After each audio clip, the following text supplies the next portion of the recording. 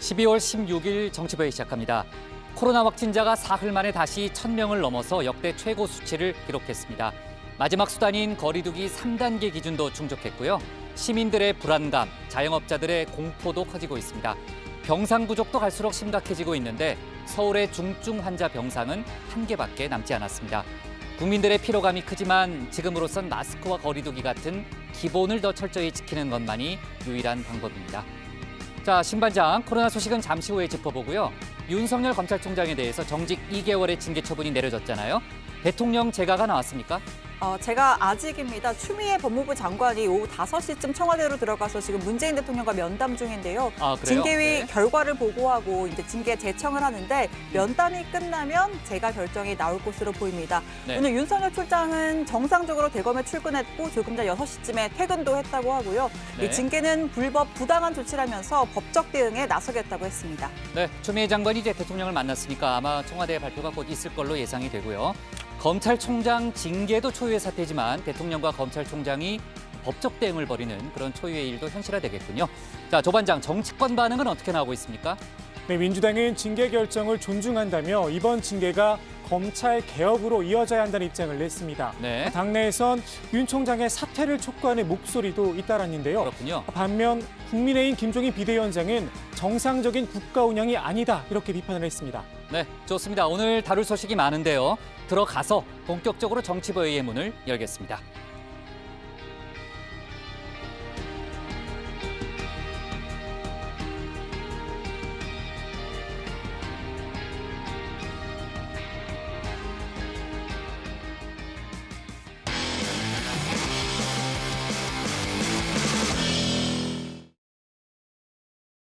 네, 어제 저희가 이제 속보로 전하려 했던 윤석열 검찰총장에 대한 징계 결정은 오늘 새벽에 내려졌죠. 그리고 조금 전에 이제 추미애 법무장관이 청와대로 들어갔기 때문에 아마 청와대 발표가 곧 나올 걸로 보입니다. 거의 뭐 100% 저희 회의 중에 나오겠네요. 신반장은 속보 잘 챙겨주고요. 네.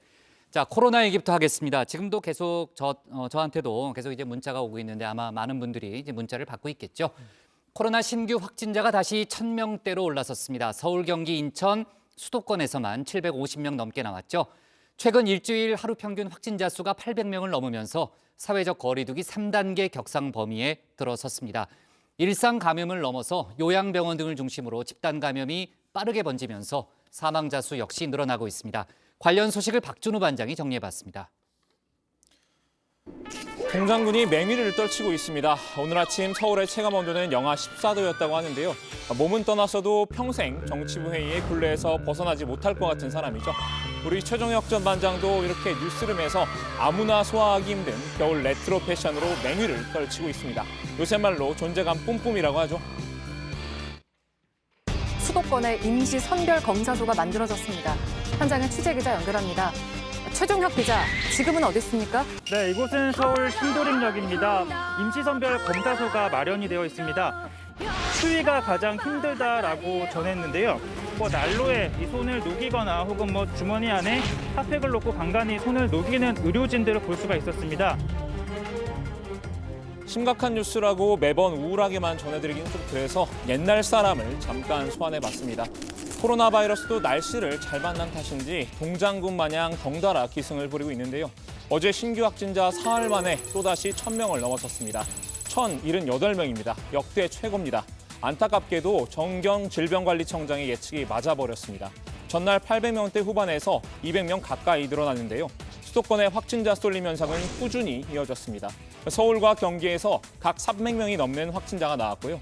인천에서도 60명 넘게 확진돼 수도권에서 나온 확진자만 757명에 이릅니다. 이번 주부터 시작한 수도권 임시선별진료소 무료 익명검사에서도 19명의 확진자가 나왔습니다. 자, 확진자가 급증하면서 최근 일주일 동안 하루 평균 지역 발생 확진자 수는 861명입니다. 처음으로 사회적 거리두기 3단계 기준에 들어선 건데요. 신중론을 펼치던 정부도 이제는 3단계 격상을 염두에 둔 모양새입니다. 정부는 우선 현재의 거리두기 단계를 제대로 이행하고자 총력을 다하고 있습니다. 하지만 상황에 따라서는 마지막 수단인 3단계로의 상향 결정도 배제할 수 없습니다. 다만 거리 두기를 3단계로 격상하기 전에 중소상공인 지원책부터 마련할 것으로 보이는데요. 소상공인과 자영업자들이 큰 피해를 입게 된 만큼 정부는 사회적 여건과 합의 등을 전제 조건으로 내걸었습니다. 거리두기 3단계로의 상향은 감염 재생산 지수를 바탕으로 한 향후 유행 전망, 위중증 환자와 60대 이상 고령 환자의 비율, 그리고 거리두기의 효과가 충분히 발휘될 수 있는 사회적 여건과 합의 등 종합적으로 고려하여 판단하게 될 것입니다. 방금 윤태호 방역총괄 반장 말처럼 정부는 60대 이상 고령 환자 비율도 3단계 격상 시 고려 대상으로 포함했습니다. 최근에는 60대 이상에서 확진자가 많이 발생하고 있기 때문인데요. 상당수가 요양병원에서 집단 감염된 사람들입니다. 가장 큰 이유는 요양병원과 요양시설에서의 어떤 집단적인 발생으로 인한 부분입니다. 이 경우는 80대, 90대의 고령의 환자분들, 치매 환자들, 그다음에 뇌혈관 질환자 중풍, 그다음에 심장 질환, 기저 질환을 앓고 계시는 분들이 대다수이기 때문에 밀폐, 밀집, 밀접, 이른바 산밀 환경이라고 하죠. 요양시설의 확진자를 폭발적으로 증가시킨 원인으로 꼽힙니다. 심지어 산밀 환경이 아닌 강원도 평창의 스키장에서도 아르바이트생 등 확진자 5명이 추가 발생했다고 하니까요. 요양원처럼 여러 명이 좁은 공간에 모여 있으면 아무래도 위험성이 더 커질 수밖에 없겠지요. 이렇게 보시듯이 서울 구로의 미소들 요양병원 18명, 부천 효플러스 요양병원 117명입니다. 자, 사실 이런 취약시설의 집단 감염 출발점은 우리끼리였습니다. 요새 핫하다는 모바일 게임인 어봉어스가 아닙니다. 우리끼리니까 괜찮겠지. 나는 아니라는 생각이 일상 감염의 씨앗이 됐다는 얘긴데요. 그동안은 이 바깥에서, 즉 외집단에서 큰 감염이 있었다면요. 이제는 지금 보신 보도처럼 내 가족, 가까운 지인 등 안에서 감염이 시작돼서 바깥으로 번져나가게 되는 겁니다. 즉 내집단 감염의 시대가 돼버린 겁니다. 속도는 당연히 빠르고요. 그래서 찾아내기가 더 힘이 듭니다. 반가운 얼굴이죠. 임소라 전 청와대 반장이 뉴스룸에서 언급한 내용인데요. 친구끼리 밥 한 끼, 동료끼리 딱 한 잔. 일상 속 감염의 확대는 결국 한동안 잠잠했던 집단 감염에 불을 지폈습니다. 하지만 얄궂게도 그로 인한 희생자들은 상당수가 기저질환 등으로 이미 면역력이 떨어진 고령층이었지요. 어제도 그제에 이어 이틀 연속 2자릿수 사망자를 기록했는데요. 12명이 나왔습니다. 이틀 사이 모두 25명이 숨졌는데 1명을 제외하고는 모두 60대 이상이었습니다. 그럼에도 여전히 우리끼리를 애타게 찾는 사람들이 많은 모양입니다. 셧다운 초일기에 들어갔는데 호텔과 파티룸, 펜션 등의 소모임 예약은 급증했다고 하는데요. 대규모 모임이나 행사는 줄어들었지만 젊은 층을 중심으로 소규모 모임이 늘어났습니다. 크리스마스 기간 서울 주요 시내 파티룸이나 고급 호텔 객실 등은 이미 80에서 90% 이상 예약이 됐다고 하고요.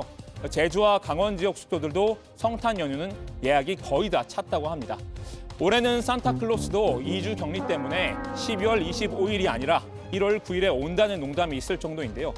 우리끼리 거룩한 밤, 고요한 밤을 보내려다 자칫 크리스마스의 악몽이 될 수 있다는 경고 새겨들어야 할 것 같습니다. 뭉쳐야 찬다 어쩌다 FC의 감독이죠. 아직도 우리끼리 뭉치고 싶다를 외치는 분들을 향해 안정환 감독이 대신 한마디 하고 싶다고 해서 잠깐 모셔봤습니다. 아, 나 이런 거 너무 좋아. 우리들끼리 막 분열. 갈등. 여러분 좀 심각하게 생각하셔야 돼요.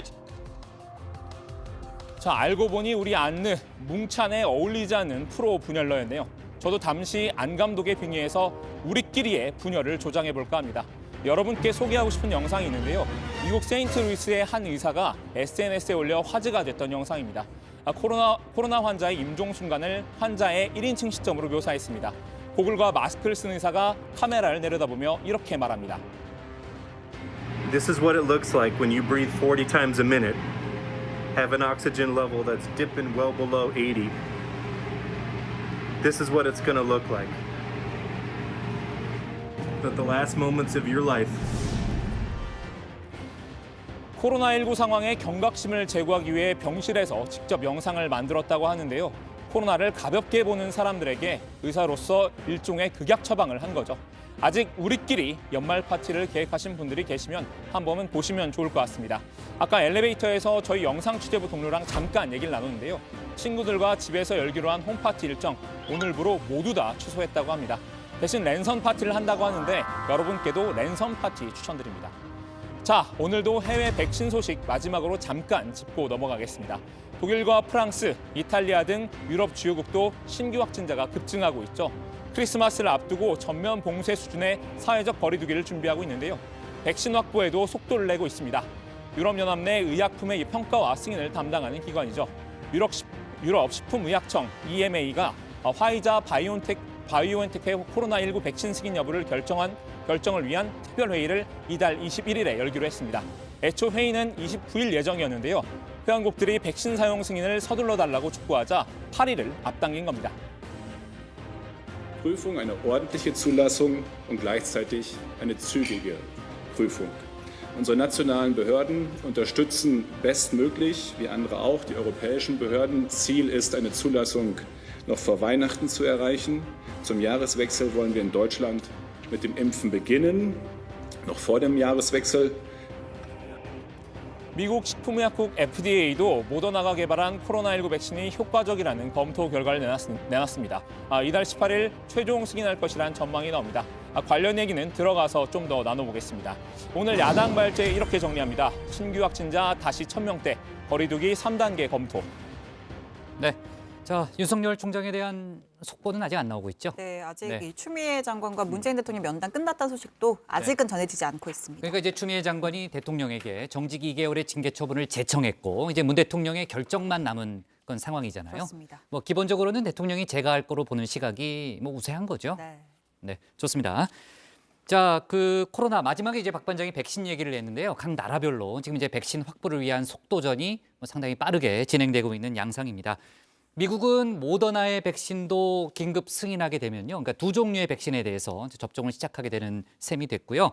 모더나는 자기들께 화이자보다 더 낫다. 이렇게 지금 홍보를 하고 있다면서요. 네, 모더나가 만든 백신은 증산 발현도 맞고 감염 자체를 예방할 수 있다라고 주장을 한 겁니다. CNN이 모더나가 미국 식품의약국에 추가로 제출한 서류를 인용해서 보도한 내용인데요.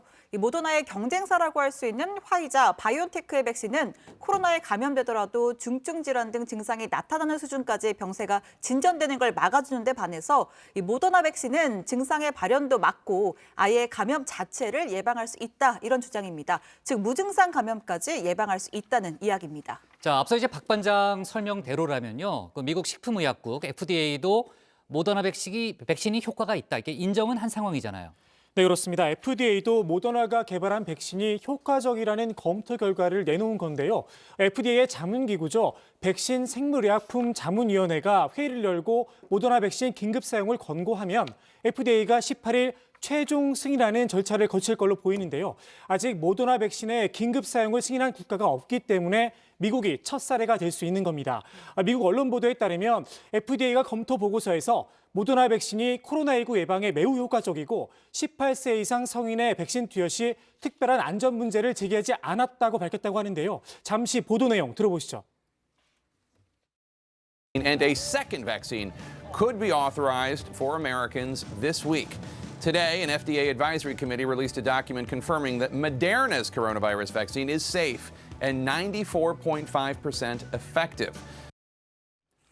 모더나 백신은 화이자와 마찬가지로 2번 접종을 해야 하는데요. 다만 임상실험에서 백신 투여자들이 발열과 피로, 통증을 포함한 부작용을 경험하기도 했다고 합니다. 백신이 면역 체계를 활성화하면서 두 번째 백신 투여 후에 특히 더 증상이 심해진다고 하는데요. FDA는 임상시험 때 발생한 심각한 부작용은 일반적으로 발생하는 빈도와 비슷한 수준이다, 이렇게 봤습니다. 네, 저희가 이제 백신 얘기할 때마다 속도 못지않게 안전성도 중요하다, 이런 얘기를 하고는 있지만 사실 이제 다른 나라가 속도를 내는 걸 보면 마음도 급해지고 또 불안해지는 게 사실이잖아요. 그러니까 아마 많은 국민들도 비슷한 마음일 텐데 정부가 그래서 계속해서 백신 관련한 얘기를 하고 있습니다. 오늘도 백신 도입과 관련된 언급을 했다면서요? 네, 정부가 오늘 브리핑에서 화이자와 얀센의 백신을 조속한 시일 내에 계약을 확정할 것이라고 밝혔습니다. 현재 화이자와 얀센의 경우에는 현재까지 순조롭게 계약 관련 합의가 진행 중이다라는 겁니다. 별다른 차질이 없으면 조속한 시일 내로 계약을 확정할 수 있을 것으로 본다고 했는데요. 직접 얘기 들어보시겠습니다. 희망컨대는 이달 내에 다 완료되는 걸 좀 희망하고 있고 그 부분들이 좀 다소 초과되더라도 그렇게 넘기진 않을 거라고 보고 있어서 조속한 시일 내에 계약이 체결될 것으로 지금 생각하고 있는 중입니다. 네, 일단 정부는 내년 3월부터 백신 접종이 시작될 수 있도록 할 것이라고 밝힌 상태죠. 하지만 가장 먼저 도입될 예정인 아스트라제네카 백신의 경우에는 사용 승인이 늦어지고 있습니다. 이럴 경우에 국내 백신 접종 시작 시기는 미지수가 됩니다. 네. 자, 그리고요. 아까 이제 앞서 박 반장이 오늘 코로나 상황을 설명했지만 이제 역대 최고 수위의 지금 이제 코로나 확진자가 나오지 않았습니까?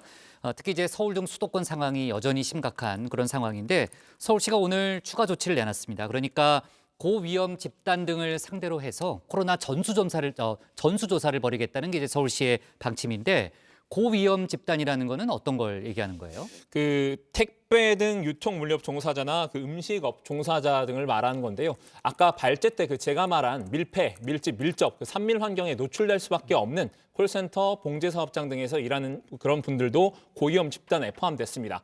서정엽 서울시장 권한대행은 시민 전체를 전수검사한다는 각오로 1일 1만 건 내외에 그치고 있는 검사 건수를 최대 3만 7천 명까지 끌어올리겠다 이렇게 말했는데요. 최근 전국 곳곳에서 집단 감염이 속출하고 있는 종교시설 종사자나 요양시설 종사자 등도 포함하겠다고 했습니다.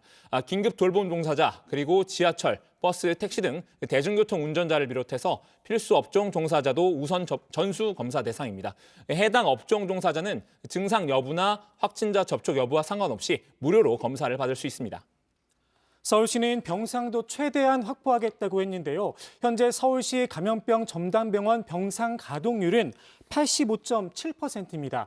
특히 중증 환자 전담치료 병상은 78개 가운데 77개가 사용 중이라 입원할 수 있는 병상은 1개뿐입니다. 서동엽 권한대행이 오늘 12일 만에 직접 브리핑을 했는데요. 들어보시죠. 다음 주 월요일 적십자 병원을 시작으로 연말까지 5개소를 추가 지정해 278병상을 확보할 계획입니다. 중증 환자 전담 치료 병상은 추가적으로 6개 상급 종합병원에 이번 주 내 2개 병상 등 순차적으로 18개 병상을 확보해 나가겠습니다. 특히 서 권한대행은 코로나19 확진 뒤 자택에서 치료하는 자택 격리 치료만은 막겠다고도 했습니다. 생활치료센터도 확충하겠다는 건데요. 절체절명의 위기라 더 이상 물러설 곳이 없다며 시민들에게 자발적 3단계 거리두기에 나서달라 이렇게 호소했습니다. 네. 자, 자발적 3단계 거리두기란 표현을 조 반장이 지금 썼지만 오늘 이제 코로나 거리두기 이제 3단계 기준을 처음 충족을 시켰잖아요. 네. 지금 이제 정부에서 심각한 고민에 들어갔고 왜냐하면은 예상되는 경제적 피해가 엄청나기 때문에 아마 요 며칠간의 추이를 봐서 아마 주말 내로 결정할 수도 있다. 이런 얘기도 있고 아무튼 그 많은 속보가 지금 나오고 있으니까요. 박 반장이 좀 잘 챙겨주기 바랍니다. 오늘 야당 발제는 이렇게 정리하겠습니다. 신규 확진자 역대 최고, 집단 감염 위중증 환자 속출로 제목을 잡겠습니다. 다음은 신혜원 반장의 발제를 들어보겠습니다.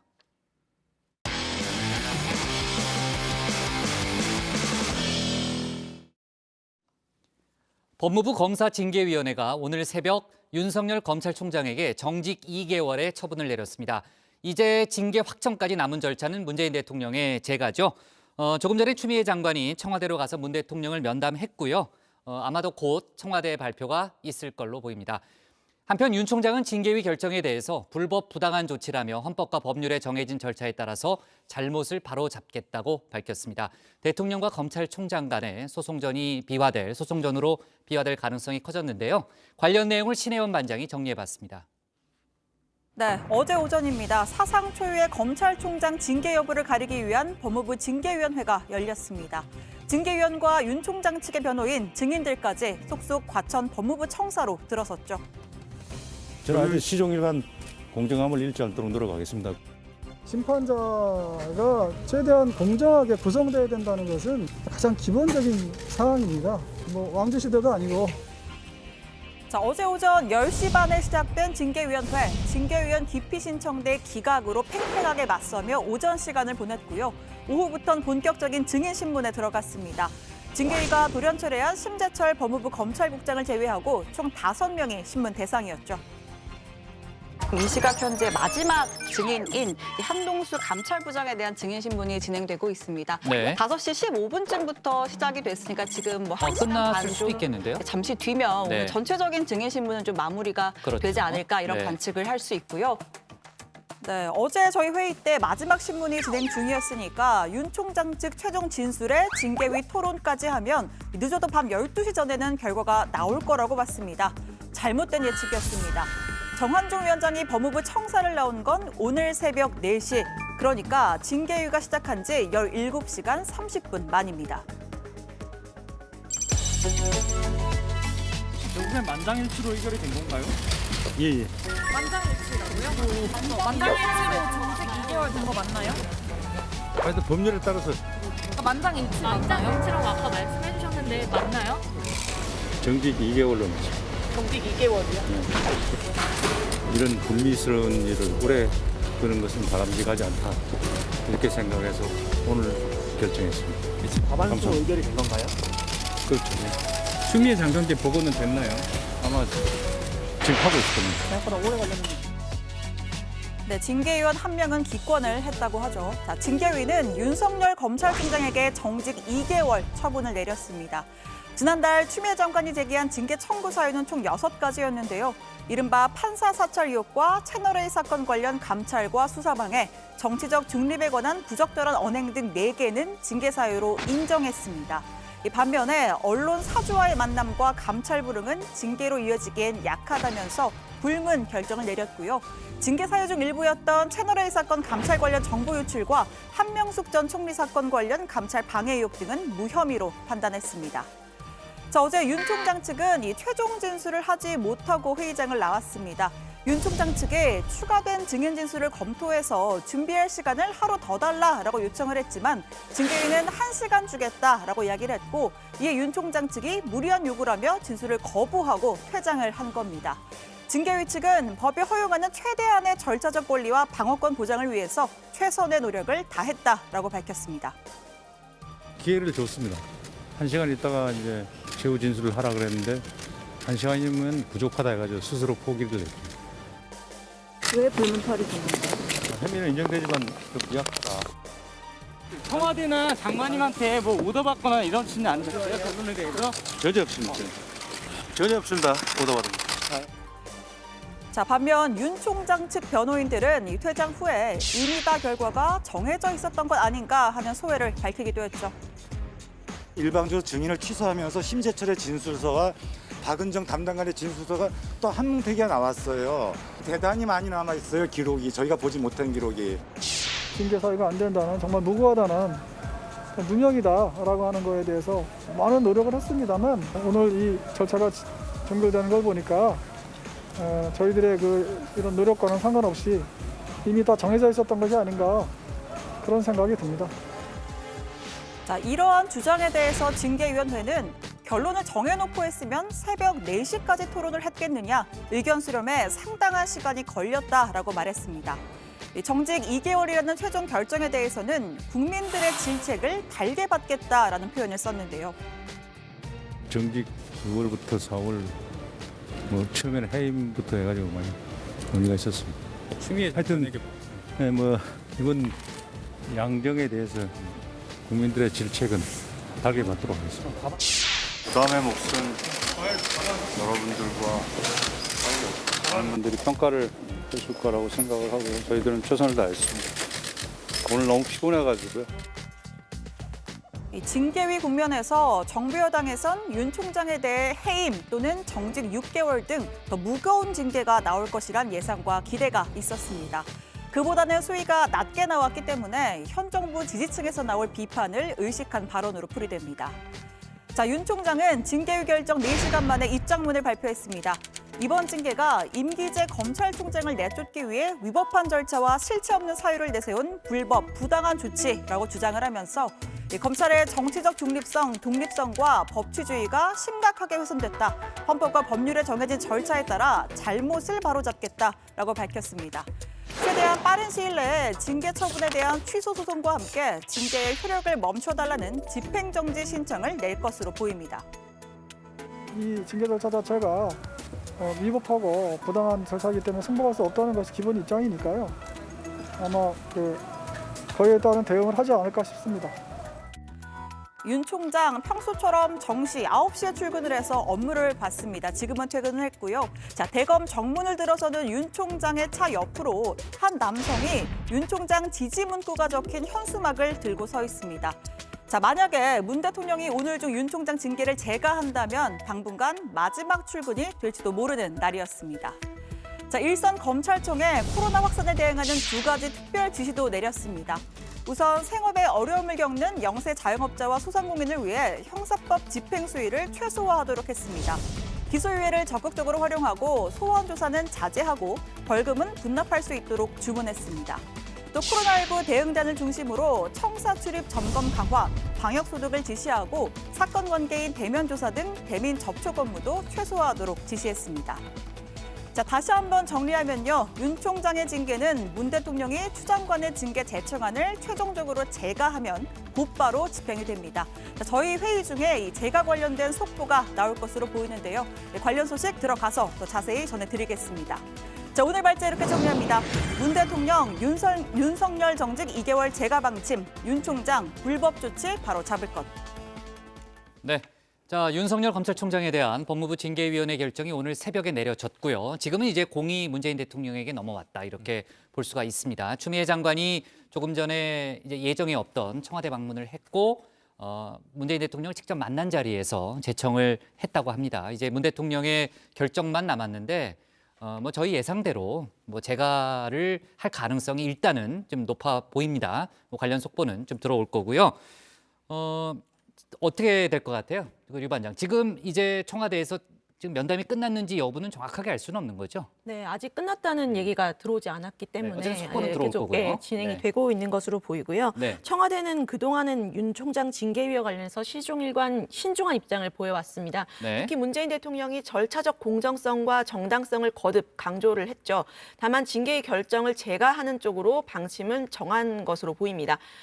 앞서 청와대 핵심 관계자는 징계 수위는 징계위가 결정하는 것이라면서 징계의 결정을 그대로 따를 것임을 시사해왔습니다. 네, 징계 수위는 징계위가 결정하는 것이다. 그러니까 문재인 대통령이 직접 그 징계 결정 과정에 뭐 판단이 개입되거나 이런 일은 아니라는 이제 그런 입장을 줄곧 밝혀왔기 때문에 아마 오늘 징계위 결정을 존중하는 차원에서 그대로 재가할 가능성이 매우 높다 이렇게 좀 볼 수 있겠고요. 거기에 붙여서 이제 대통령이 뭐 특별한 메시지를 또 낼 수도 있는 거 아니겠습니까? 그러니까 그 청와대 대변인의 발표가 아마 뭐 곧 있을 것 같은데 뭐 저희가 속보로 좀 빠르게 좀 대응을 하는 걸로 하고요. 자, 오늘, 그러니까 어제부터 저희도 어제도 저희가 이제 속보 체제로 운영을 했는데 결국 뭐 결론은 나지 않았고요. 저희 회의 중에. 어제부터 이제 오늘 뭐 새벽에 결정난 과정 그리고 지금 이제 청와대에서 이제 문 대통령과 추미애 장관의 이제 지금 독대 뭐 상황까지 쭉 있었던 일들 한번 좀 점검을 좀 해볼까요? 조 반장. 네, 그 추미애 장관이 오후 5시쯤에 청와대에 들어가서 문 대통령과 면담을 시작했습니다. 이 자리에서 징계의 결정 제청했을 걸로 보입니다. 추 장관이 단순히 제청한다 보고만 하는 게 아니라 사전에 징계위원 회의에 징계 의결 요지서를 집행권자인 문 대통령, 징계 혐의자인 윤 총장, 그리고 징계 청구권자인 추 장관 본인에게 각각 송달을 해야 합니다. 의결 자체가 새벽에 이루어진 만큼 이런 실무 절차를 다 밟고 청와대에 들어간 걸로 보입니다. 네, 나중에 이제 국회 발제에서 저희가 좀 추가로 얘기해 보겠지만 오늘 추미애 장관이 관련 행사가 있었잖아요. 이제 오후에 이제 공수처법 관련한 이제 브리핑이 있었습니다. 그 브리핑 끝나고 이제 청와대로 이제 뭐 예정에 없던 발걸음을 한 건데 물론 이제 추미애 장관 머릿속에는 뭐 예정에 있었을 수도 있겠죠. 아무튼 미리 공지됐던 일정은 아니었습니다. 이제 이후에 이제 결정이 나게 되면 이제 아까 신 반장도 얘기했지만 그 윤석열 검찰총장으로선 오늘 아침 출근이 마지막 출근, 당분간 마지막 출근이었을 가능성도 매우 높아 보이는 이제 그런 상황입니다.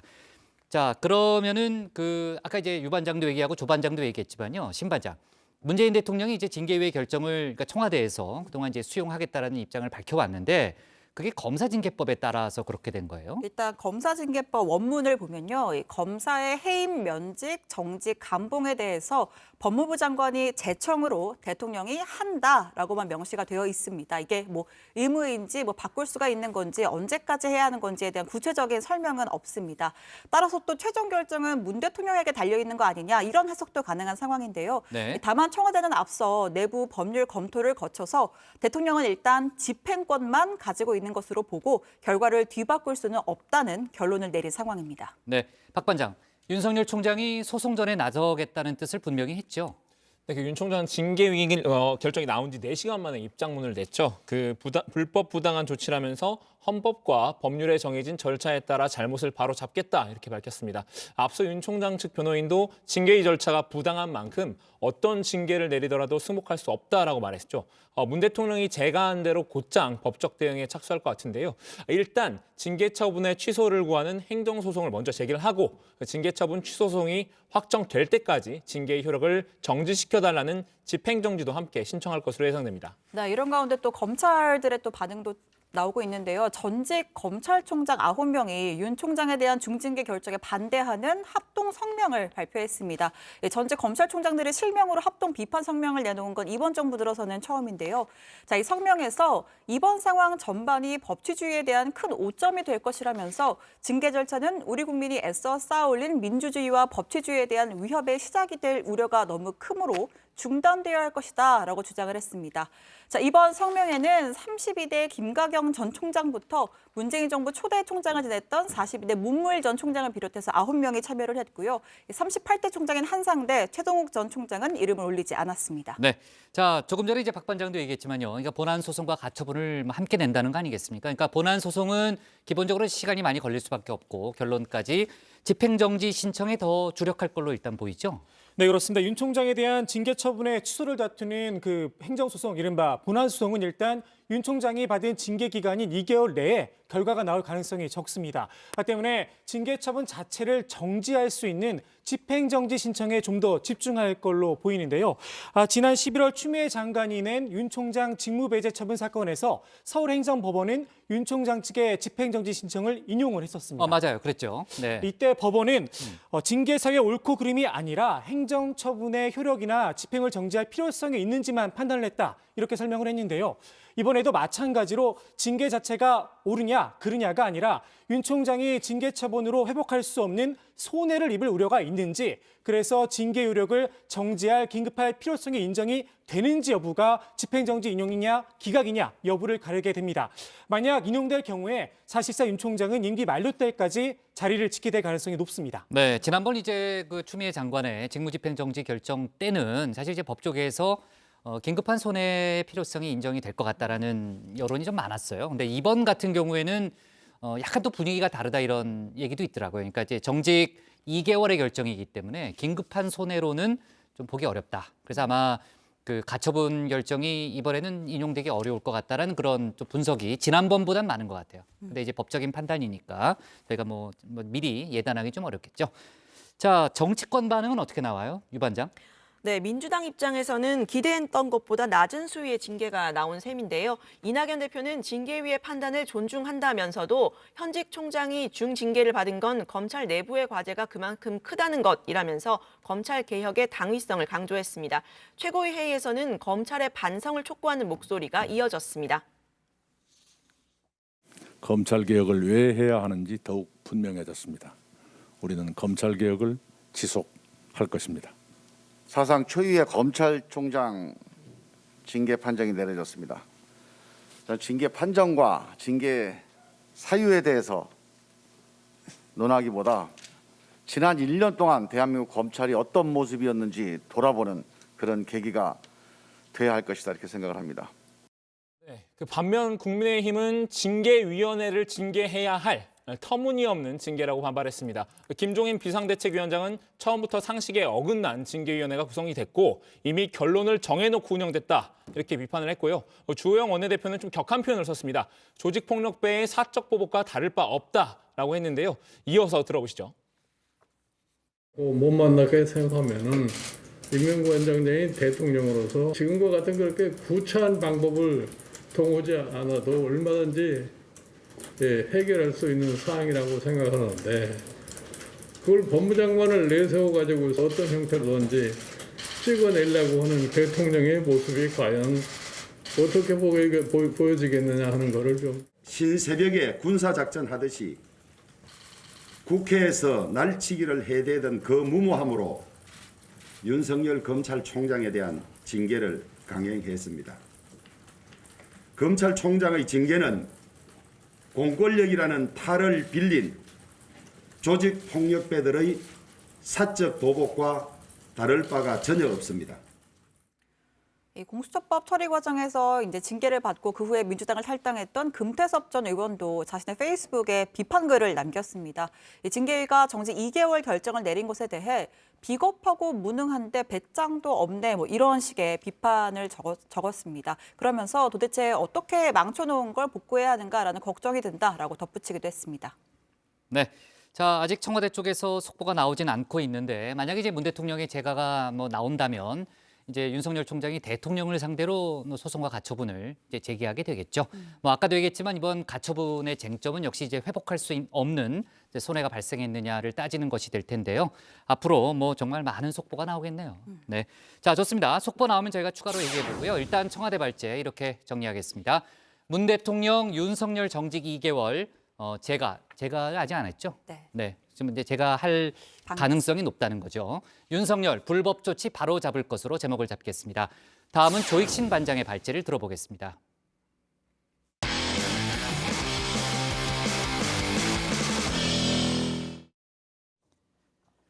공수처법 개정안을 비롯한 개혁 3법이 어제 국무회의에서 처리가 됐죠. 관련 부처 장관들이 오늘 오후에 합동 브리핑을 했는데요.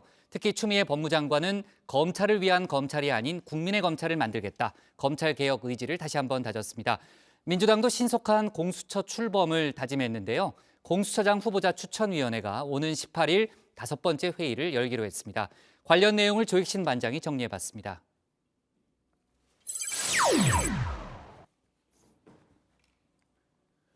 권력기관 개혁 3법 공포안이 처리됐죠. 오늘 관계 장관들이 모여서 개혁 의지를 다졌습니다. 역시 관심은 검찰 개혁.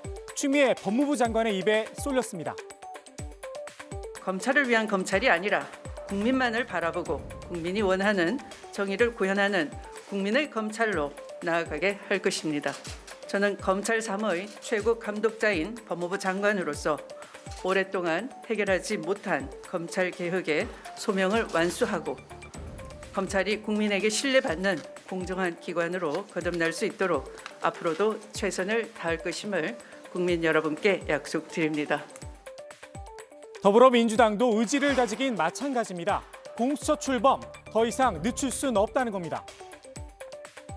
현직 총장이 중징계를 받은 것은 검찰 내부의 과제가 그만큼 크다는 것을 드러낸 것입니다. 이제 검찰의 과도한 권한을 정상화시키는 제도화 개혁이 추진되어야 합니다. 시대적 과제인 공수처 출범에 박차를 가해야 합니다. 공수처장 후보자 추천위원회도 재가동 일정을 잡았습니다. 오는 18일 5차 회의를 소집했습니다. 지난번 4차 회의에선 야당 추천위원들의 비토권을 넘지 못했죠. 각각 5표씩을 받은 김진욱 선임 연구관과 전현정 변호사, 공수처법 개정으로 사정이 달라졌습니다. 현재로선 최종 후보자 2인으로 뽑힐 가능성이 큽니다. 추천위 관계자는 특별한 상황이 생기지 않으면 종전 투표 결과에 따라 다득표자 위주로 갈 듯하다 이런 입장을 밝혔는데요. 특별한 상황, 국민의힘이 반대하는 것 외에 변수가 없을 듯합니다. 국민의힘은 이미 비토가 됐던 후보들을 다시 세울 수는 없다는 입장입니다. 하지만 주장은 주장일 뿐입니다. 비토권이 사라진 상황에서 결국 기댈 건 여론전뿐인데요. 공수처는 독재다, 프레임 강화에 나섰습니다. 이 정권은 검찰의 무력화와 함께 고위공직자 범죄수사처의 사유화를 기획하고 있습니다. 권력 앞에서는 숨도 크게 못 쉬고 앞장서서 알아서 할 공수처장감을 이미 물색해 놓았을 것입니다. 국민의힘 소속 정치인들도 힘을 보탰습니다. 나경원 전 의원은 공수처 강행이 문재인 대통령의 국정농단이다 이런 공세를 폈습니다. 어제 문 대통령의 이 발언을 그대로 맞받은 겁니다. 2012년 대선에서도 공수처를 공약했습니다. 그때라도 공수처가 설치되었더라면 박근혜 정부의 국정농단은 없었을지 모릅니다. 하태경 의원은 윤석열 검찰총장 징계와 공수처 출범을 한 묶음으로 보기도 했습니다. 정직 2개월, 공수처를 출범시키기 위한 시간이란 겁니다. 공수처만 출범하면 윤 총장 흔들기가 충분하다는 주장인데요. 하 의원이 생각한 밑그림에 여권 의원들이 색을 입혔습니다. 지금은 그 검찰의 수사를 하고 있지 않습니까? 예. 그래서 이 수사가 일단 어떻게 진행되는지가 중요하고요. 공수처에서 수사를 할지 아니면 특검에서 수사를 할지는 일단 이 검찰 수사가 진행되는 걸 보고 판단이 돼야 되지 않겠습니까? 열린민주당 최강욱 대표는 한 발 더 나갔습니다. 윤 총장의 검사 시절 행적과 관련해 많은 문제들이 제기되고 있다며 공수처가 출범하면 수사를 안 할 순 없지 않겠느냐는 겁니다. 공수처가 출범하기도 전에 수사 대상 1호 이미 정해진 게 아닌가 하는 생각도 듭니다.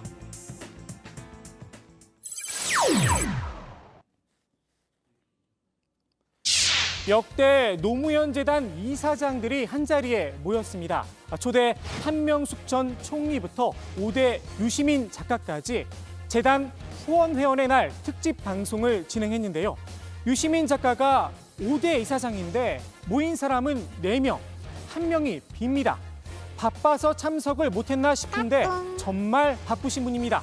2대 이사장을 지낸 문재인 대통령입니다. 요즘 권력기관 개혁에 심혈을 기울이고 있죠. 그중에 핵심은 공수처 출범, 검찰 개혁입니다. 그동안 무소불위의 권한을 가지고 있으면서도 스스로의 잘못에 대해서는 책임지지 않고 책임을 물을 길도 없는 성적이 되어왔다는 국민의 비판을 받고 있습니다. 공수처는 검찰의 내부 비리와 잘못에 대해서도 엄정하게 책임을 물을 수 있는 제도적 장치가 될 수 있습니다. 사실 노무현 재단이 생긴 이유, 노무현 전 대통령의 서거가 시발점이었습니다. 그리고 그 죽음 뒤엔 검찰의 망신주기식 수사가 있었습니다. 왜 국민께 너무 없다고 말씀하십니까? 신경을 좀 말씀해 주시죠.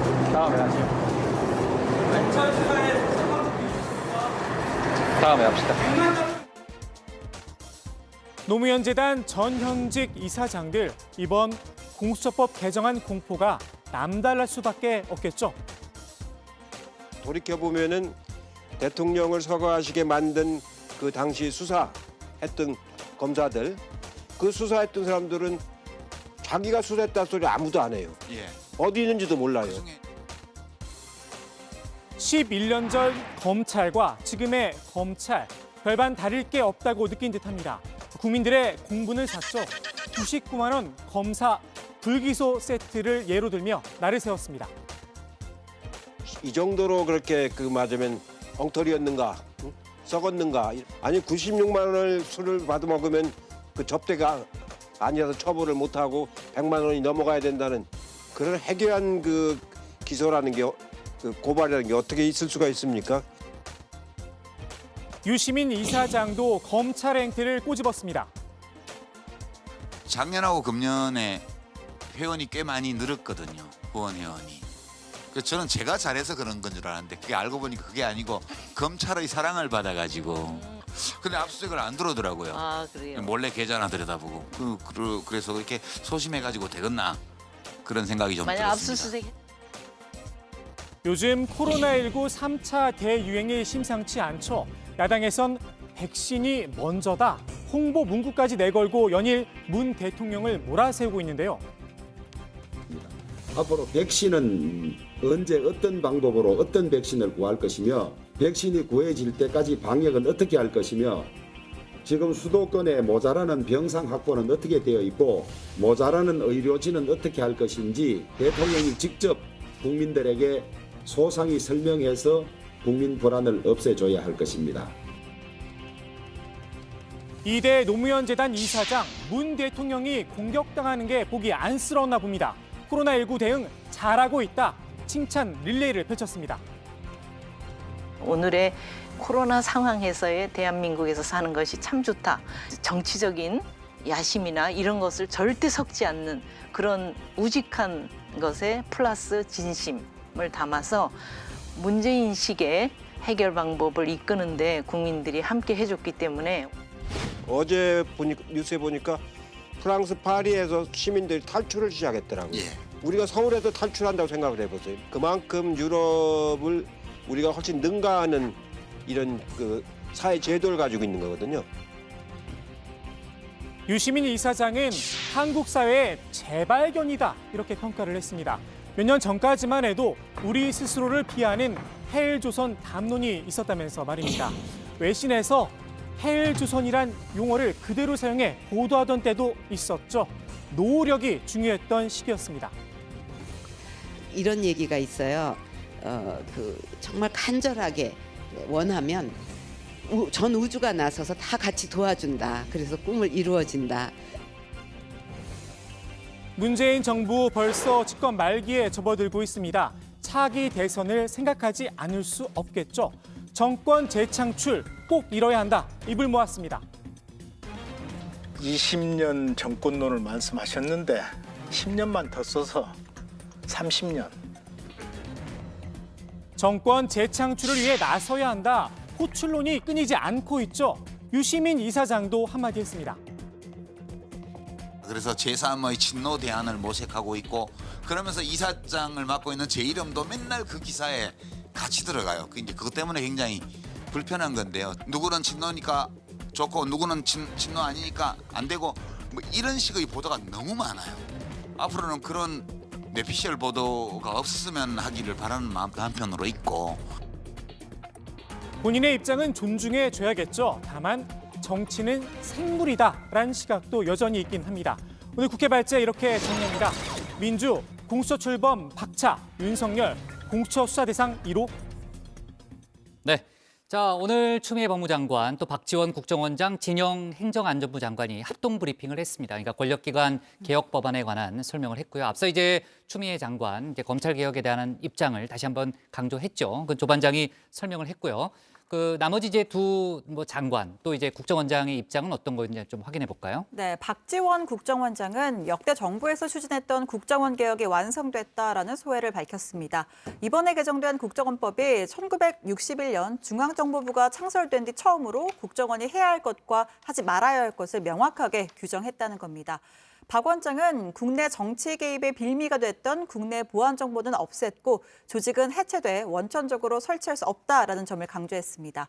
그러면서 세계 제1의 북한 해외 정보 전문 기관으로 거듭나겠다라고 다짐했습니다. 네, 경찰청법 개정으로 자치경찰제를 도입하고 또 국가수사본부가 출범을 하게 됐죠. 진영 행안부 장관도 경찰개혁 방안을 설명했습니다.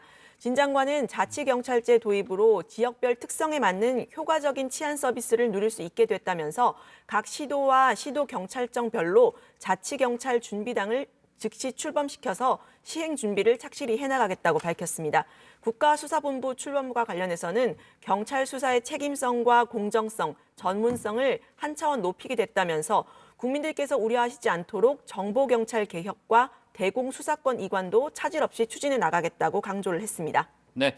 자, 그저께 저녁 9시 부로 야당의 필리버스터가 끝났죠. 국민의힘 주호영 원내대표가 마지막 주자로 나섰는데 어제 저희가 관련한 얘기 잠깐 했죠. 근데 주호영 원내대표의 마지막 필리버스터가 이제 오늘까지도 이제 정치권에서 여러 가지 좀 얘기가 나오고 있는데 일단 그저께 상황부터 좀 정리를 해볼까요? 네, 사실 그 주호영 원내대표의 필리버스터는 당초 의사일정이 없었습니다. 토론자는 여야 합의로 이뤄지는데요. 주 원내대표는 명단에 들어가 있지 않았던 겁니다. 그런데 주 원내대표가 필리버스터 종결 표결이 결정이 되자 뒤늦게 토론자로 나서겠다는 입장을 밝힌 겁니다. 토론자 변경을 위해선 국회법상 교섭단체 사이에 합의가 필요한데요. 민주당에선 주 원내대표가 마지막 토론자로 나서는 데 대해서 썩 내켜하진 않았다고 합니다. 박병석 국회의장이 중재에 나서면서 주 원내대표가 연단에 설 수 있었는데요. 박 의장이 마지막 발언 기회를 국민의힘 원내대표에게 줘서 마무리를 잘 해야 한다면서 김태년 원내대표를 설득했다고 합니다. 결국 30분의 발언 시간을 주는 대신에 30분이 넘으면 종결 표결하는 조건으로 합의가 이루어졌습니다. 네, 오늘 추가로 알려진 사실인데 주호영 원내대표가 준비한 원고가 3시간 분량이었다는 거죠? 네, 그렇습니다. 그 주 원내대표는 당초 A4 용지 분량으로 그 104페이지의 분량의 원고를 준비했다라고 하는데요. 3시간 정도 발언할 수 있을 걸로 예상을 처음에 했다고 합니다. 근데 본회의장에서 못다한 발언 내용을 페이스북에 링크를 걸어서 공개를 했는데 연설문의 맨 마지막 부분에는 문재인 대통령이 또 하나의 실패한 대통령이 되지 않기를 바란다. 대통령의 불행이 되풀이되지 않기를 바란다. 우리는 결코 물러서지 않고 정권 폭정에 맞서 싸워가겠다. 뭐 이런 내용이 쓰여져 있습니다. 주 원내대표는 민주당이 입법 독재를 밀어붙이는 가운데 국민의힘은 원내 유례 저항 수단인 필리버스터로 맞섰다. 그러나 민주당은 그마저도 유례없는 토론 가로채기로 필리버스터를 방해하고 수의 힘으로 종결시켰다. 이렇게 비판하기도 했습니다. 네, 참 유반장, 이번 필리버스터 정국과 관련해서요. 국민의힘 내부에 후폭풍이 불고 있다면서요? 네, 원내 지도부를 향한 좀 불만의 목소리가 있는 건데요. 변변한 전략이 없이 여당에 끌려다니기만 했다면서 뭐 그런 이야기가 좀 나오고 있는 겁니다. 정치는 실리든 명분이든 둘 중 하나를 얻어야 하는데 아무것도 얻지 못했다는 건데요. 특히 공수처법 개정과 관련해서 여당이 밀어붙일 걸 뻔히 알면서도 전략이 전무했다 이런 지적이 나왔습니다. 피켓을 들고 구호만 외친다고 다가 아니다 이런 비판인데요. 여기에 주 원내대표가 이른바 태극기 세력이 참석한 문재인 정권 폭정 종식 민주쟁취 비상시국 연대에 참여한 것도 이름도 기네요. 예, 네. 실책이었다는 평가가 많습니다. 일부에서는 원내대표를 다시 뽑아야 하는 거 아니냐 이런 이야기까지 나오고 있습니다. 네. 마스크를 쓰지 않고요. 지인들과 와인 모임을 하는 사진을 소셜미디어에 올려서 논란이 됐잖아요. 그러니까 민주당 윤미향 의원 얘기인데 오늘 민주당이 경고 조치를 취했다고요? 네, 민주당 최고위가 이 부적절한 행위로 논란이 된 윤 의원에게 엄중 경고 조치를 내렸습니다. 최인호 수석 대변인은 코로나19로 사회의 아픔과 시민의 고난이 심화하는 상황에서 이 사항을 지나칠 수 없다는 판단에 이르렀다. 민주당 구성원 모두가 하나가 되어서 다시는 이런 일이 없도록 노력하겠다고 말했습니다. 논란이 일자 윤미향 의원은 기론옥 할머니의 생일인데 연락이 닿질 않아 만나뵐 길이 없어서 축하 인사도 전하지 못했다. 지인들과 그리움을 나누는 자리였다. 이런 해명을 내놨었죠. 자, 이에 대해서 기론옥 할머니 측은 할머니의 생신과 관련해 윤미향 의원으로부터 아무런 연락을 받지 못했다. 지난 6월 마포 쉼터에서 양아들이 사는 인천으로 거처를 옮긴 이후에 연락을 한 적이 없었다라고 밝혔습니다. 네, 자 좋습니다. 국회 발제 바로 정리를 할게요. 민주 공수처 출범 박차, 공수처 윤석열 수사 가능으로 제목을 잡겠습니다. 다음은 유정아 반장의 발제를 들어보겠습니다.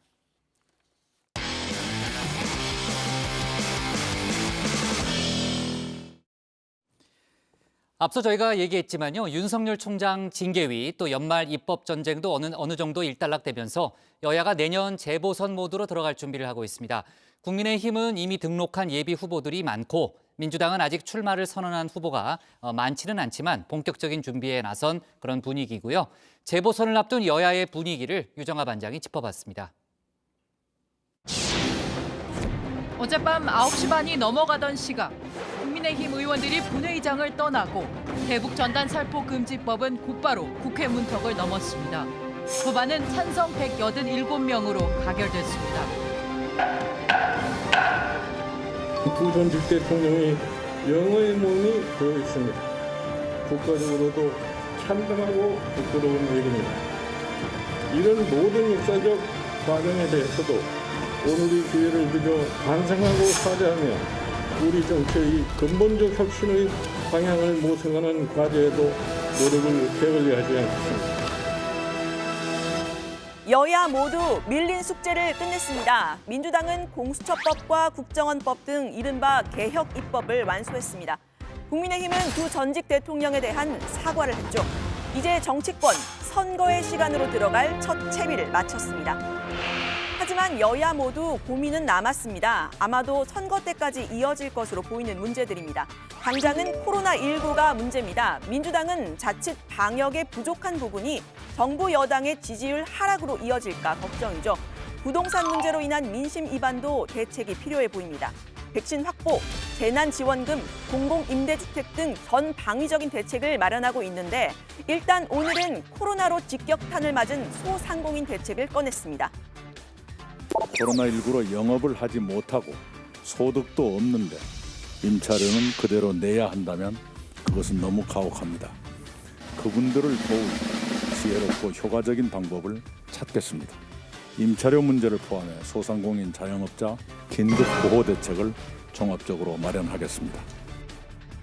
네, 국민의힘은 대국민 사과의 후속 조치가 고민이죠. MB정부의 민정수석을 지낸 정동기 변호사는 사과 직후 탈당계를 제출했는데 당 내부의 반발도 다독여야 합니다. 일단은 쇄신 드라이브를 계속 걸겠다고 했습니다. 행정쇄신이라는 것은 예를 들어서 지금 우리가 당의 여러 가지 상황을 갖다가 지금 점검하고 있는 그런 과정이 있어요. 그 점검하는 과정 속에서 도저히 이런 사람들 가지고는 안 되겠다 이렇게 생각을 하면은 그런 사람들은 당에서 더 이상 용인을 할 수 없다 하는 그런 측면에서 얘기를 하는 겁니다. 네, 이제 본격적인 보궐선거 소식 전합니다. 제가 정치부 회의에 온 이후로 거의 매일 새 코너를 선보였는데 복국장의 따끔한 지적 있었습니다. 자, 뭐 유정아 반장이 하루에 하나씩 코너를 만드네요.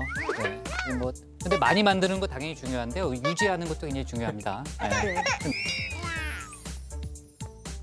네, 양보다 질이라는 말씀이시죠. 사실 흥신소, 같이 들어 박마크, 전화의 박 이런 박반장을 겨냥한 말씀인 줄 알았는데 저한테 하신 말씀이었더라고요. 오늘은 원래 있던 코너 정치풍류가 이어가겠습니다. 오늘은 부산시장 선거 상황판입니다. 국민의힘 소속의 박형준 교수, 앞서 등록한 후보들에 이어 어제 출사표, 아니 호패를 걸었습니다. 박 교수는 현재로선 부산시장 후보 적합도 여론조사에서 선두를 달리고 있죠. 4개의 힘이 되는 시장이라는 캐치프레이즈를 내걸었는데요. 박 교수는 방송 출연 경험도 많죠. 은근히 곱씹어 볼 수 있는 블랙 코미디를 원하신다. 제 특기가 뭔지 아세요? 뭐요? 노루패스. 노루패스. 요런. 네, 아무튼 박형준 교수가 가장 먼저 내세운 공약 바로 이거였습니다. 더 이상 정치 논리와 수도권 논리로 접근하지 말아야 합니다. 항공 분류가 대세가 되는 시대, 남북권 상생 발전과 혁신의 기폭제가 되도록 조속히 가덕도 공항을 결정 추진해야 할 것입니다. 가덕도 신공항 어디서 많이 듣던 얘기죠. 지난달 정부가 김해 신공항 백지화를 선포하자 더불어민주당이 즉각 특별법 만들어서 추진하고 했던 바로 그겁니다. 노무현 대통령이 시작하셨고 문재인 정부에서 이제 입지가 확정될 동남권 신공항이 가덕 신공항을 통해서 또 꿈과 비전을 실현해 나가고 부산시장 보궐선거를 5개월 앞두고 여권이 꺼내든 가덕도 신공항 선거용 아니냐라는 지적 나왔었죠. 야권 후보까지 조속히 추진해야 한다고 나서면서 가덕도 신공항이 이번 부산시장 선거 주요 이슈가 될 것은 분명해 보이네요. 당내 경선부터 치열한 국민의힘 출마 결심을 굳힌 것으로 알려진 이현주 전 의원은 박 교수를 겨냥했습니다. 지난 11일 김종인 비대위원장이 사과를 하냐 마냐 하는 시점에 박 교수가 전 보수 정권이 제대로 운영을 못해서 정권을 넘겨준 것에 대해 사과를 해야 한다라는 발언을 문제 삼았는데요. 이 전 의원은 페이스북을 통해서 MB 실세였던 분이 어떻게 이런 말을 하느냐면서 감옥 가 있는 대통령 한 사람에게 책임을 떠넘길 게 아니라 반성을 한다면 책임을 지고 스스로 물러나라고 했습니다. 의리를 지키면서 석방운동이라도 하셨으면 좋겠다 이러면서 말이죠. 전직 대통령에 대한 사과가 당내 갈등을 불러일으키나 했는데 이 전 의원 막상 김종인 비대위원장이 사과하자 말투가 좀 달라졌습니다. 두 전직 대통령의 구속은 국가적 비극이라면서 이번 사과는 지나간 시대를 마감하고 새로운 시대를 열자는 뜻으로 이해한다라고 말한 건데요. 사실 이 전 의원 김종인 비대위원장과 당을 옮겨가며 함께한 사이죠. 사과와 관련한 후속 조치가 있어야 한다고도 했습니다. 더불어민주당 쪽은 어떨까요? 아직 공식 후보는 없습니다. 불출마 의사를 밝힌 사람만 있죠. 바로 김혜영 전 최고위원인데요. 김 전 최고위원은 정치적 득실보다는 부산의 부활을 위한 비전에 확신이 들었을 때 도전하는 게 부산 시민들에 대한 예의이자 책임 있는 정치인의 자세라고 생각한다고 했습니다. 김 전 최고위원은 그동안 민주당 안에서 드물게 쓴소리를 해온 인사로 꼽힙니다. 전통적으로 지금의 야권 지지층이 강세인 부산에서 확장성이 있는 인사로 꼽혀왔는데 고민 끝에 불출마를 선언한 겁니다. 현재로서 민주당에서 가장 많이 거론되는 후보는 김영춘 국회 사무총장입니다. 출마 결심은 아직인데요. 제가 김 사무총장 측 인사와 연락을 해보니까 연말 입법이 이제 막 마무리된 상태라서 본인의 거취를 고민할 때가 아니라고 했습니다. 또 매 주말마다 집이 있는 부산에 가기 때문에 지역민의 출마 요청을 받고 있기는 하다라고도 했는데요. 재보궐선거를 위한 공직 사퇴 시한 선거 한 달 전인 3월입니다. 네, 아시아경제가 지난 12일부터 13일까지 부산 시민들을 대상으로 실시한 여론조사에 따르면요. 민주당 지지율은 30.2%, 국민의힘 지지율은 32%입니다. 오차 범위 내에 있죠. 반면 문재인 대통령에 대한 지지율은 지지하지 않는다는 응답이 더 높았습니다. 부산시장 선거를 두고 여야의 치열한 수싸움이 필요해 보입니다. 자세한 내용은 중앙선거관리위원회 중앙선거 여론조사 심의위원회 홈페이지를 참조하시면 됩니다. 네, 짧게 코너 하나 가겠습니다. 네, 인기 동영상 보여드리는 유튜브인데요. 이분의 등장 보면 선거가 가까워 왔구나 하실 겁니다. 일찌감치 서울시장 예비후보 등록을 마친 허경영 국가혁명당 대표인데요. 본좌 뉴스입니다. 국민배당금 매달 150만 원씩 준다는 공약부터 사람은 발이 따뜻해야 잠을 잘 잔다 이런 생활의 지혜까지 소개를 했는데요. 특히 눈길을 끈 건 허 대표의 이름풀이였습니다. 또한 허경영 대표의 이름 한자를 풀어보면 허락할 허, 서울경, 편안할 영으로 서울을 편안하게 할 인물임을 이름에서부터 보여주고 있습니다. 이는 개명한 이름이 아니고 네, 그동안 여러 차례 대선에서 고배를 마신 데에는 아마 이유가 있었나 봅니다. 선거 관련 소식 들어가서 좀 더 전해드리도록 하고요. 오늘 발제 이렇게 정리합니다. 개혁 입법 마친 여당, 전직 대통령 사과한 야당, 선거의 시간 들어가나. 네. 자, 지난번에 이제 서울시장 후보군에 대해서 한번 좀 살펴봤고 오늘은 이제 부산시장 재보궐선거를 중심으로 해서 조금 더 추가적인 얘기를 해봤는데 서울 쪽 상황 다시 한번 점검해 볼까요, 신 반장? 네, 아직 선거 분위기가 무르익었다라고 하기는 조금 이릅니다. 네, 일단, 이제부터 이제 본격화될 그렇죠. 거예요. 일단 네. 민주당에서는 여러 이제 인물들이 하마평에 오르지만 이 공식 출마를 선언한 우상호 의원만 부지런히 움직이고 있는데요. 우 의원은 야권 후보 대신 윤석열 검찰총장에 대해서 자진 사퇴하라며 비판의 날을 세웠습니다. 이 페이스북에 올린 글에서 윤 총장의 징계 결정은 참 부끄러운 일이다. 검찰 총수로서 판사를 뒷조사하고 사건을 방해하고 정치적 중립 의무를 외면한 사실이 인정됐다라고 했는데요. 검찰총장이라는 자리에서 정치하지 말고 나와서 본인의 뜻을 이루시라 이렇게 지적했습니다. 네, 반면 야권 후보들은 K 방역의 허점 그리고 백신 확보 문제를 제기했습니다. 국민의힘 김선동 전 사무총장은 페이스북에 백신 선구매 계약 현황을 있는 그대로 공개하라고 했고요. 박춘희 전 송파구청장은 기자회견을 열고 전 시민 백신 무료 접종을 약속을 했습니다. 민주당을 탈당하고 서울시장 후보로 거론되는 금태섭 전 의원도 페이스북에 글을 남겼는데 대통령에게 바라는 것이라는 제목을 남겼습니다. 지금 우리가 집중해야 할 문제는 당연히 코로나와 부동산 문제다. 그런데 정작 정부는 공수처법과 검찰총장 징계를 하고 있다고 지적했습니다. 네. 자, 유 반장, 다음 주에는요. 아무래도 이제 장관 인사청문회 전국이 또 펼쳐지겠죠? 네, 일단 22일에는 전해철 행정안전부 장관 후보자와 권덕철 보건복지부 장관 후보자 청문회가 예정이 돼 있고요. 23일과 24일에는 변창흠 국토교통부 장관 후보자, 정영애 여성가족부 장관 후보자 청문회가 각각 예정이 되어 있습니다. 야권은 전해철, 변창흠 후보자에 대해서 일단 초점을 맞추고 있는데요. 전 후보자는 삼선 의원 출신으로 친노무현계, 친문재인계 핵심 인사로 꼽히죠. 야당은 내년 보궐선거를 관장하는 주무부처 행안부 장관의 정권의 핵심 인사가 내정된 부분을 포함해서 송곳 검증을 벼르고 있습니다. 변 후보자의 경우에 전세 대란과 공공임대주택 논란이 있는 가운데 청문회가 예정돼 있어서 정책 방향에 대한 치열한 논쟁이 있을 걸로 보입니다. 또 변 후보자가 SH공사 사장 재직 당시 친여 태양광 업체에게 일감을 몰아준 게 아닌가 하는 의혹이 제기된 바 있는데요. 공공임대주택에서 미니 태양광 3,000기를 보급하면서 특정 업체 3곳에 수혜를 줬다는 내용입니다. 변호보자는 지난주 문재인 대통령의 경기 화성 동탄 임대주택 방문 때 동행을 했었죠. 국민의힘 김은혜 의원은 이 방문을 연출하기 위해 총 4억 5천만 원을 지출했다는 자료를 공개했는데요. 인테리어 등 보수 비용 4,290만 원, 행사 진행 비용 4억 1천만 원이 들어갔다는 겁니다. 김 의원은 대통령의 심기 관리에만 몰두한 변 후보자는 장관 후보자 자격이 없다 이렇게 지적을 했습니다. 논란이 커지자 국토부와 LH는 문 대통령이 방문한 집들은 본보기용 주택으로 구조 변경이나 인테리어 시공은 없었고 가구와 집기도 잠시 빌린 것이다 해명을 했습니다. 용역계약금 4억 5천만 원에 대해서도 해당 주택망을 대상으로 한 게 아니라 공공임대주택 설계 공모전 그 당선자 모형과 홍보 영상물 제작 등을 합친 비용이다 이렇게 밝혔습니다. 네.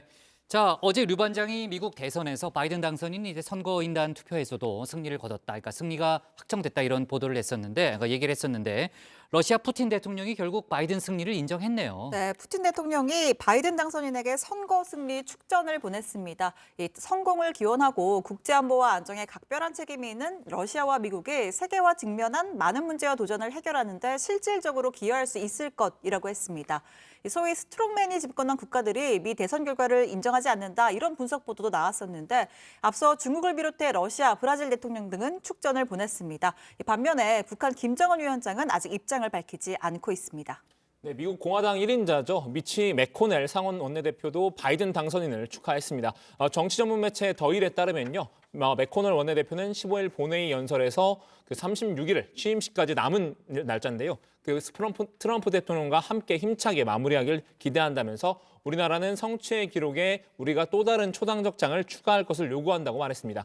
카멀라 해리스 부통령 당선인에 대해서도 미국인들은 처음으로 여성 부통령을 갖게 됐는데 네, 잠깐만요. 지금 이제 청와대 브리핑이 시작된다고 합니다. 윤석열 검찰총장 징계에 관한 건입니다. 문재인 대통령은 오늘 오후 법무부 장관으로부터 검찰총장에 대한 징계위원회의 징계 의결 내용에 대한 제청을 받고 제가했습니다. 검사 징계법에 따라서 법무부 장관이 징계 제청을 하면 대통령은 재량 없이 징계안을 그대로 제거하고 집행하게 됩니다. 대통령은 검찰총장 징계라는 초유의 사태에 이르게 된 데 대해 임명권자로서 무겁게 받아들인다. 국민들께 매우 송구하다며 검찰이 바로 서는 계기가 되길 바란다. 검찰총장 징계를 둘러싼 혼란을 일단락 짓고 법무부와 검찰의 새로운 출발을 기대한다고 말했습니다. 문재인 대통령은 추미애 장관의 추진력과 결단이 아니었다면 공수처와 수사권 개혁을 비롯한 권력기관 개혁은 불가능했을 것이다. 시대가 부여한 임무를 충실히 완수해 준 것에 대해 특별히 감사하다면서 추 장관 본인의 사의 표명과 거취 결단에 대해서도 높이 평가하며 앞으로 숙고하여 수용 여부를 판단하겠다. 마지막까지 맡은 소임을 다해 주기 바란다고 말했습니다. 이상입니다. 네. 지금 정만호 국민소통수석의 브리핑이 있었습니다. 중요한 내용이 두 가지가 나왔는데요. 일단 저희가 예상했던 대로 윤석열 검찰총장에 대한 정직 2개월 징계안에 대해서는 문재인 대통령이 제거했습니다. 그러니까 윤석열 검찰총장은 내일부터 대검에 출근할 수 없게 되는 상황이고요. 그다음에 이제 정만호 수석이 또 하나 중요한 얘기를 했습니다. 이제 뭐 어떤 내용이냐면은 그 공수처와 수사권 조정 등 권력기관 개혁을 이끈 이제 추미애 법무장관에 대해서 대통령이 이제 치하했다는 얘기를 하면서 추미애 장관이 사의를 표했다는 얘기를 밝혔어요. 그러니까 사의를 표하고 추미애 장관이 이제 거취를 표명했다 이런 얘기를 하면서 마지막까지 이제 숙고해서 이제 수용 여부를 대통령이 결정할 것이다라는 그런 얘기를 했습니다. 정리해 보면 오늘 이제 추미애 법무장관이 오후에 청와대로 들어가서 문재인 대통령에게 법무부 징계위원회의 결과를 보고하고 또 징계 제청을 하면서 본인이 물러나겠다는 뜻을 밝히는 것으로 확인이 됐습니다. 이제 사실 이제 추미애 법무장관이 그 다음번 개각에 이제 포함될 수 있다라는 그런 전망은 많이 있었어요. 왜냐하면 아까 이제 우리가 살펴봤지만 이제 공수처법 개정안이라든지 권력기관 개혁이 어느 정도 일단락됐기 때문에 이제 물러날 타이밍을 볼 수 있다 이런 얘기가 있었는데 오늘 바로 그러니까 윤석열 검찰총장에 대한 징계가 확정된 바로 오늘 이제 바로 사의를 표했다는 그런 속보도 함께 나왔습니다. 자, 저희가 이제 시간이 없어서요. 뭐 더 이제 얘기를 길게 끌고 갈 수는 없는데 뭐 추가적인 얘기는 뉴스룸에서 조금 더 자세히 얘기를 해보도록 하고요. 저희는 내일 정치부회의에서 그 정치권 파장까지 합쳐서 다시 한번 얘기를 하겠습니다. 저희는 내일 저녁 6시 20분에 다시 찾아뵙겠습니다. 네, 취재 좀 해요. 정치권하고 청와대 쪽 좀 더 추가 취재해주고.